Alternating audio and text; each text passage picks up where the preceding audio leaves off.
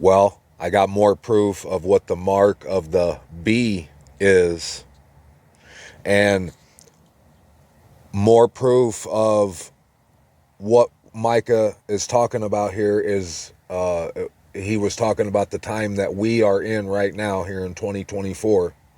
He was talking about the end time, and I got proof of that, proof to show you that what we've been sharing, that message we've been sharing, it's right on point, and it's exactly what's going on today, and everyone needs to hear this message. Proof of that.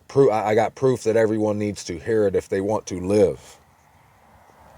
I got proof of what the horses and the chariots mean. I've been showing you. We've been discovering, finding out what the horses and the chariots mean in prophecy. We're going to see that here in Micah.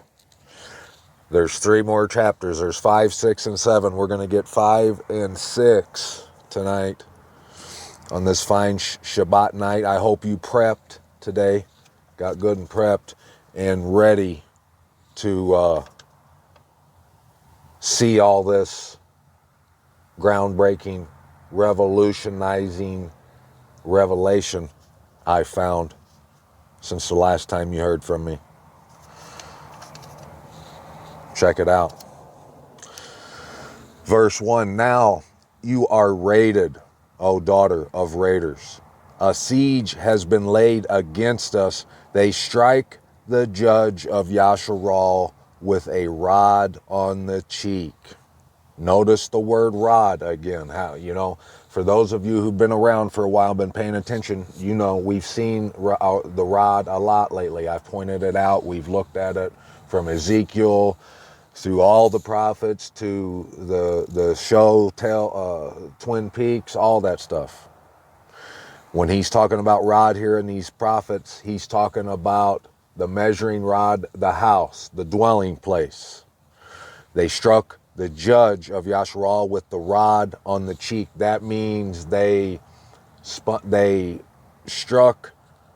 the one who would judge rightly for Yasharal on where the house is, the dwelling place. They gave the judge an impostor. But you, Bethlehem, Ephrathah, you who are little among the clans of Yehuda, out of you shall come forth to me the one to become ruler in Yasharal. And he's talking about Messiah, Yahusha. And his comings forth are of old, from everlasting. Therefore he shall give them up. Boom. He shall give them up. What did Messiah say he was going to do in Revelations? He said he is giving up those who say they are Yahudim but lie, the congregation of Satan. And that's in the end times. But that's what would be happening. And that's what he's doing. That's what he's talking about right here. In the end, he would come, the word, the Messiah would come and give up those who lie, until the time that she who is in labor has given birth, and the remnant of his brothers return to the children of Yasharal, till she who gives birth, Yerushalayim, and the remnant of Yahusha, the Messiah's brothers, return to the flock. And he shall stand and shepherd in the strength of Yahuwah, in the excellency of the name of Yahuwah, his mighty most high. His. Key word. Anybody who wants to try to fool you and tell you and give you that old empty reasoning about the Messiah is the Father, it's nowhere in the Word, and it's an argument that doesn't need to be had. But there's more proof that he's the Son, he's the Word, he's the truth. What this is talking about is the truth, the Lamb. Because right here, look, and they shall dwell. They shall dwell. For at that time he shall be great to the ends of the earth. The reason they'll dwell is because the truth will be great to the ends of the earth, and we'll know where we are to dwell. And this shall be peace. That shall be peace when we dwell. When Ashur comes into our land, and when he treads in our palaces, we shall raise against him 7 shepherds and 8 leaders of men. I'm not for sure what the significance on the 8 and 7 is there, but I'm sure there is significance. And just like so much of this, I'm sure we'll be back someday figuring that one out, like we have so much of this word. For those of you who've been traveling this journey with me. And they shall shepherd the land of Ashur with the sword, and the land of Nimrod at its entrances. Now, why does he say the land of Nimrod? Nimrod is of Babylon. Why didn't he say the land of Nebuchadnezzar? Or just the land of Babylon? I believe we know where the Tower of Babel was. We know it's up in Montreal. We've proven that's where ancient Babylon was. And I would say that that's what he's talking about here, that from sea to sea in America. And this is just more proof to me. And if you dig enough, you'll see what I'm talking about. This is more proof that it doesn't look good for anyone at the end time. It doesn't look good for anyone finding safety that's outside of North America. I've seen so much evidence of that, of those who make it in the end, who come home and escape in the end. They come from the land of Ashur and the land of Egypt, Mitzrayim, and the land of Nimrod. The land of Nimrod is up by Montreal, the Great Lakes area, New York, up in there, the Northeast, New England area. And Ashur, I'm pretty sure, is like California, maybe, down in LA. The sovereign of Ashur is Satan. We know for sure. We've proven that. And you'll probably see that here in a minute too. And he shall deliver us from Ashur when he comes into our land and when he treads within our borders. Who shall deliver us? Remember, he's still talking about the Messiah. When the truth comes and it comes into our land, he saves us from Ashur. He saves the whole world from the sovereign of Assyria. Do you see how that's Satan? We know that he saves us from Satan. That's who he saves us from. Well, this is talking about the end times. He saves us from Ashur. That's one clue to let you know that I'm not BSing you. The sovereign of Ashur is Satan.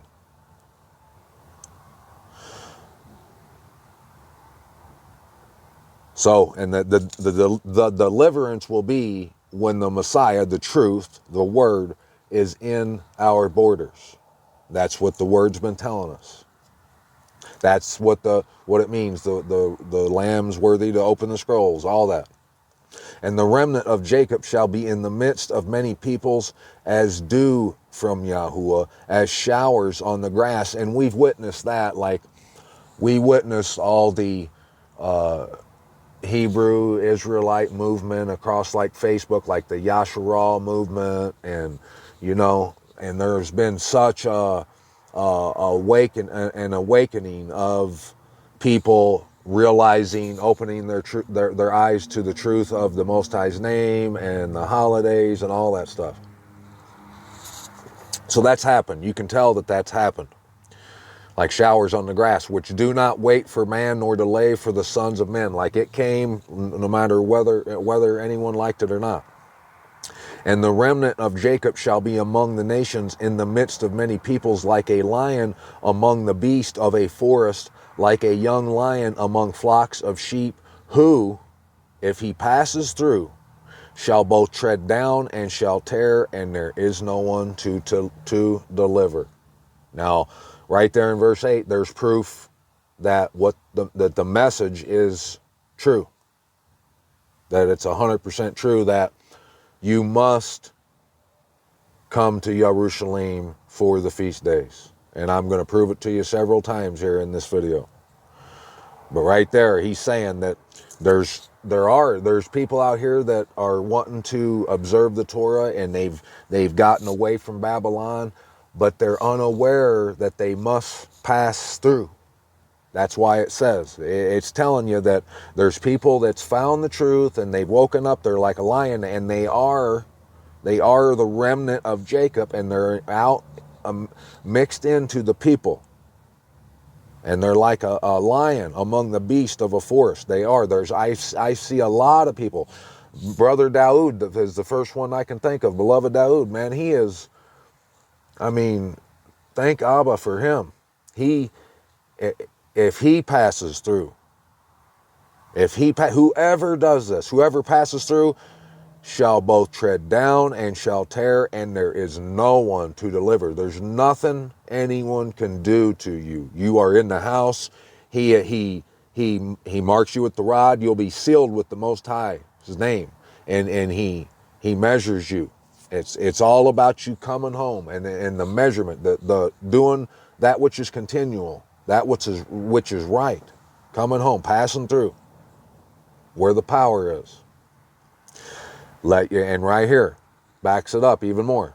Verse 9, let your hand be lifted up against your adversaries and all your enemies be cut off. See, the average reader looks at that and don't think anything about it. But I'm here to tell you, and you cannot prove this wrong because this is the facts. When he says your hand, lift up your hand, he's talking about building the city, rebuilding Jerusalem and getting your inheritance. The power, like we were just talking about, passing through, doing that which is continual, coming home on the feast days, the days of appointment, because that makes you a family member. You're there at Dad's house at the appointed times, doing what he desires. That's what he desires, is to congregate with you, associate with you, and we have an orbit, just like the stars do, the sun and the moon, that we're supposed to pass through, go in and go out. We get blessed coming in and blessed going out. But if we deviate, we don't do that, and that's what this whole Bible's been telling us, that the imposter would cause us to deviate. We just read it in the last video. It leaves us utterly ravaged. But if we pass through, if we lift up our hand back towards our inheritance, towards our city, and it becomes marvelous in our eyes, there's nothing anyone can do to us. And it shall be in that day, declares Yahuwah, that I shall cut off your horses out of your midst, and I shall destroy your chariots. Now here's the proof of what he means when he says horses and chariots. It's 100% facts, what I'm telling you right here. He's talking about the pastors, the churches, the institutions that are handling the word, the sword, and they're doing all the slaying. They're leading astray. That's what he's talking about. All the holidays, all the religions and the denominations, all that stuff. That's what the horses and the chariots are. In that day, in the end, he's going to cut all that off. All Babylon, all Baal worship, all that. And I shall cut off the cities of your land, and I shall pull down all your strongholds, and I shall cut off witchcrafts out of your hand, and let you have no magicians. And I shall cut off your carved images and your pillars from your midst, so that you no longer bow down to the work of your own hands. And I shall pluck your Asherim out of your midst, and I shall destroy your cities. And I shall take vengeance in wrath and rage on the nations who did not obey. Now, I'm not going to get into what he meant there at the end of chapter 5 right now, regarding we'll just look at it real quick, regarding the Asherim and all that. He's talking about the end times, and the people he's talking about that's getting cut off, all this stuff's happening to. He's been telling us that they they esteem him with their lips, and they speak swelling words and flattering words. They flatter with their tongue and their lips, and they say that Yahuwah is in their midst. So he's not talking about straight up Asherim poles. I mean, he's talking about obelisk and stuff that's out here in our midst everywhere, but he's talking about things that most people don't realize are Asherim and all that stuff. And there's a lot. Chapter 6. Hear now what Yahuwah is saying. Arise, strive with the mountains, and let the hills hear your voice. See, this is more proof, what we've been saying, that a lot of this is directed towards the earth, the ground, the land, the mountains and the hills. Hear, O you mountains, the controversy of Yahuwah. The controversy is what we've been seeing that it is. The land has been hidden. The sovereign of Assyria, he tore down the boundaries and blinded our eyes to where our true home is. And they sold us a counterfeit, a replica, an imposter, like a yin-yang sign. And it's the image of the beast, the abomination that lays waste. And that's what's happening right now. You're seeing it in real time happen. That's why this controversy, that's why he's saying it's to the mountains, to the hills. And you everlasting foundations of the earth. Everlasting, that means where Jerusalem is, where he placed it, that's everlasting. You can't, that's the everlasting foundation. You can cover Jerusalem up and hide it like what happened. Right now there's a city, and it's named something, and the people that live there got no idea that it's Jerusalem, but it is. And they think Jerusalem is on the other side of the planet, but it ain't. But they changed the foundations to the enemy, to their to the way they wanted it. But the Most High, the way he said it, it's everlasting.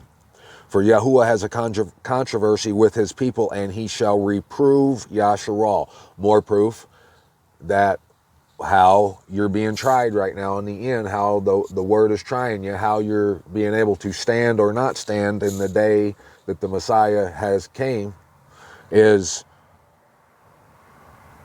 you have to look into what Isis Ra'el is and see that that's the image of the beast. Find out where you have to want your inheritance. You must pass through. That's the controversy.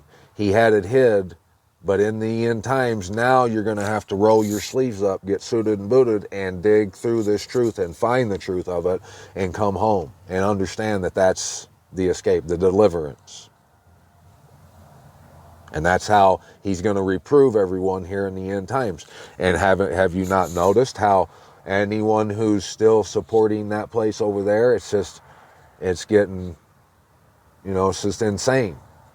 They'll support rape or something next or something and still, it's just what won't they be okay with that they do? It's just like, I swear they've pledged their oath and they're willing to ride that ship down regardless. My people, what have I done to you, and how have I wearied you? Answer me. For I brought you up from the land of Egypt, Mitzrayim, and I ransomed you from the house of bondage. And I sent Moses and Aaron and Miriam before you. My people, remember, please remember. He's wanting you to remember what Moses and them did when they came out. Because he's told us it's going to happen a second time. He's wanting you to remember, please, what Balak, sovereign of Moab, counseled, and what Balaam, son of Beor, answered him from Shittim to Gilgal, in order to know the righteousness of Yahuwah. Now, we went through that and broke that down several times before. I ain't going to do that now, but it's all about going home. They were trying to go through Moab, to go back to Jerusalem, and they were wanting safe passage through that area, and the people of Moab wouldn't let them, but it's all about going to Jerusalem. All that he just said there in verse 5, I assure you. Go check it out. You'll see. With what shall I come before Yahuwah? See? That's why he says that in verse 6. He goes right to saying, he said, my people, remember, please, what Balak did and all this, of Beor, Balaam. And then the next verse, he says, with what shall I come before Yahuwah? It's all about coming before Yahuwah. They were trying to come before Yahuwah, but those guys, one of them guys or whatever, tried to block them, and they set a trap, a snare in front of them. I mean, there's a lot to it, and we're not going to get into it, but I assure you, it's about coming before Yahuwah. Bow myself before the high, mighty, most high. Shall I come before him with ascending offerings, with calves a year old?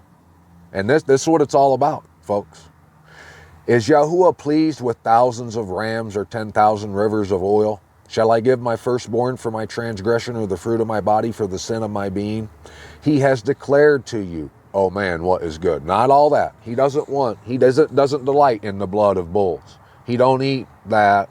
He don't delight in none of that. That's all stuff that they did in the past for several different reasons.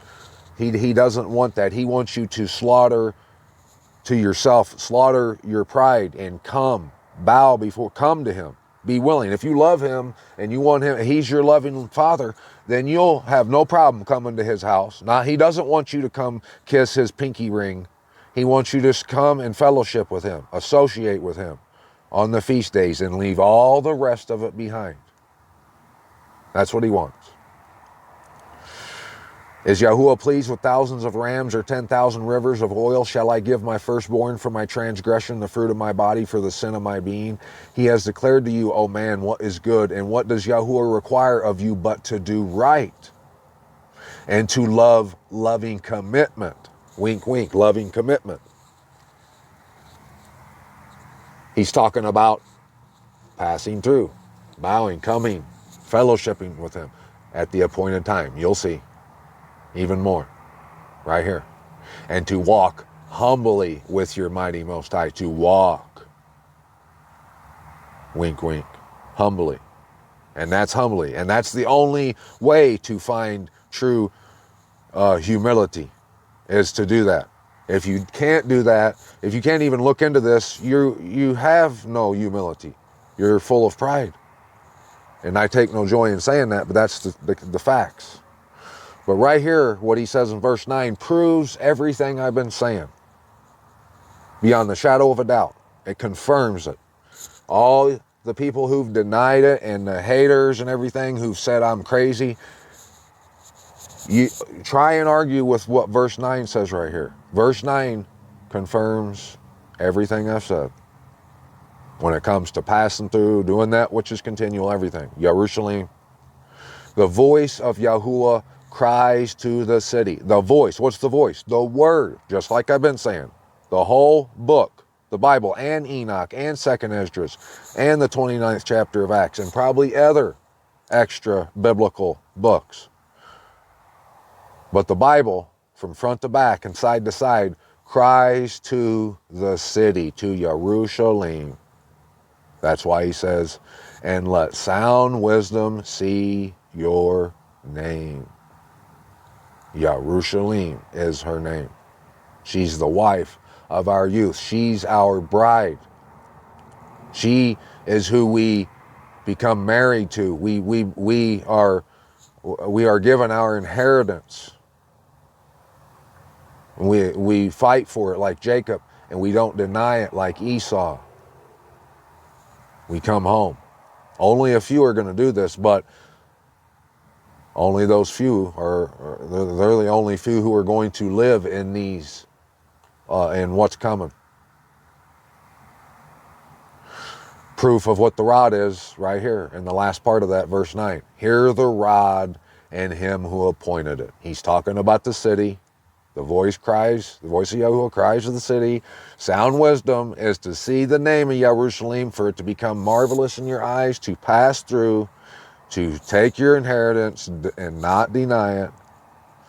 And here, that's why he says, hear the rod and him who appointed it. The Most High appointed the rod, and it is to bring you home. It's to measure the Hakal. It's all about the house. That's why he says right here in verse 10, Are there still treasures of wrongness in the house of the wrong? And the short measure, that is an abomination. Now this is a timestamp. Verse 10 is to let you know that he's talking about the days we're in right now. At this point, after what you've seen, everything you've seen and witnessed, the disgusting, filthy, and abominable things that you've witnessed them, that government do over there since October 7th. And if you've been around here, all the stuff I've proven to you about their doctrine, about that star, about all of it, about the tree and of the knowledge of good and evil, all that stuff. At this point, after all that you've seen, do you still have treasure stored up in that place? Are you still holding out?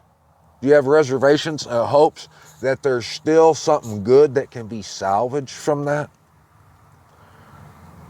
Are you still not ready to turn and walk away from what you know is outright wicked, blatant wickedness? And are you still denying that it has created the short measure that is an abomination? That's why it's called the abomination that lays waste. It's an abomination. It's the image of the beast. It's created the short measure. And this right here will prove to you even more, confirm to you even more what the mark of the beast is. Cain was the first to offer a short measure. You probably know the story.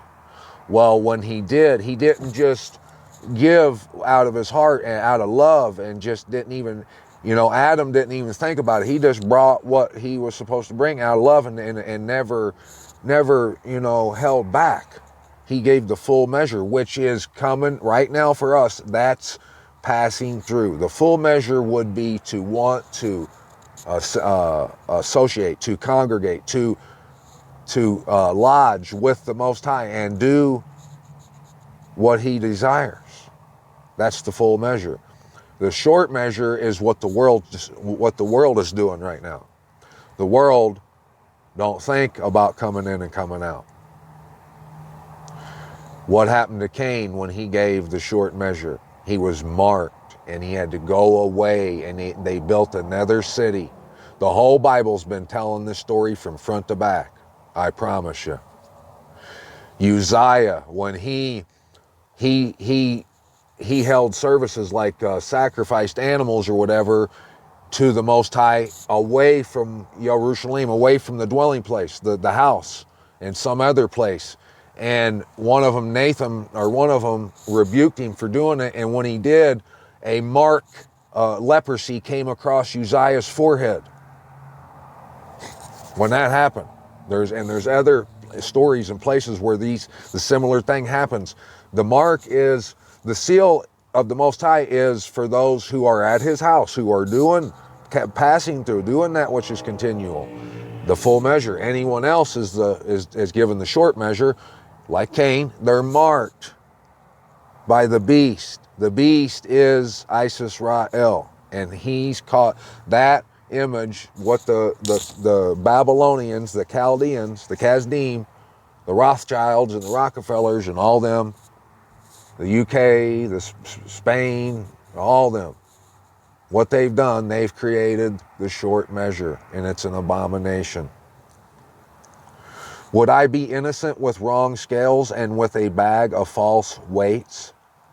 It's just like stealing from the Most High. When you say it wouldn't be if you would just altogether denounce him and just go on and just don't even. But I mean, since you're blowing smoke up his rear end and everyone else's, and you're saying you love him and you fear him and you esteem him and you obey him, whatever, and you're a child, you've been saved, whatever. If you can't come to the house, if you don't think about your inheritance, you don't think nothing about it, you just want to live your life your way and follow Baal and all this stuff, It would be like using wrong scales, false weights, lying, like trying to persuade the Most High that you are there. You're walking humbly with him, but you're obviously not. For her rich men are filled with cruel unrighteousnesses, and her inhabitants have spoken falsehood, and their tongue is deceit in their mouth. So I shall strike you with a grievous wound to lay you waste because of your sins. There's that grievous wound, the mark of the beast. And it's spoken of, it's talked about throughout the Bible too. The Messiah, when he was talking about when he seen Abraham's like bosom or whatever, and paradise was on one side, and the drop of water or whatever, all that whole story there, where the dogs licked the wounds outside of paradise. Enoch talked about it. Second Esdras, they talk about in the end that salvation, the deliverance will be seen. Our eyes will become open to our salvation. And you'll have a choice to either go to paradise, to the salvation, or not. And the world right now is choosing not to. Anyone who's reading the word, they're seeing that they must pass through. And that would leave them sealed by the Most High. But if they don't, they have that grievous wound and can be healed anytime, but the world don't care nothing about it. And you can't use the excuse that you didn't know, because all, like I've been saying, the word from front to back, side to side, it's all telling you the same thing. It cries to the city. It screams to the city. And it you must return, or you are wounded, deadly. And that wound lays you waste. That's the abomination that lays waste, just like I've been saying. You shall eat, but not be satisfied. And this is a symptom of being marked, that you can tell these people, they eat but are not satisfied.